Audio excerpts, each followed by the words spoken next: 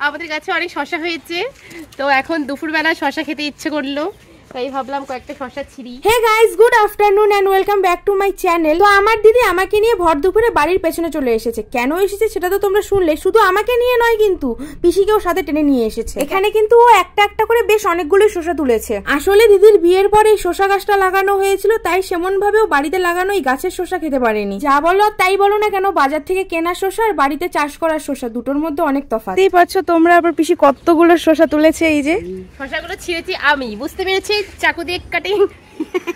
আচ্ছা, আমরা মজা করতে করতে কিন্তু অনেকগুলো শসা তুলে ফেলেছি। ঘরে এসে নিয়ে দিদির কাটাও হয়ে গেল, খাওয়াও হয়ে গেল। আর পাশে বসে পিসি আমাদের কাণ্ডকীর্তি দেখে হাসছিল আর বসে বসে মৌসুমি খাচ্ছিল। এরপর দিদি দুপুরের খাওয়া দাওয়া শেষ করে নেল ক্লাসের জন্য বেরিয়ে পড়ল। দিদি যাওয়ার পর আমি বেশ কিছুক্ষণ শুয়ে শুয়ে মোবাইলে রিলস দেখছিলাম। আর সন্ধ্যেবেলা আকাশে ভীষণ মাত্রায় মেঘ করেছিল, দেখে মনে হচ্ছিল এই ঝড় নামবে বুঝি। যাই হোক, এরপর আমি সন্ধ্যেবেলা মা আর বাবাকে একটু হরলিক্স বানিয়ে দিয়েছিলাম, আর আমি নিজের জন্য একটা আম কেটে নিয়েছি। আমার আম খাওয়া হতে না হতে দিদি ফোন করে বললো চলে এসেছে, তাই ওকে নিতে চলে এসেছি আমি। একটু সন্ধে হয়ে গিয়েছিল, তাই জামাইবাবু এসে দিদিকে আগিয়ে দিয়ে গেছে। জামাইবাবু এসেছে বলে কথা, আমার তো আর গল্পের শেষ নেই। সেই রোডের পাশে দাঁড়িয়ে দাঁড়িয়ে অনেকক্ষণ ধরে গল্প করার পর শেষমেশ তাহলে জামাইবাবু চলে যাচ্ছে।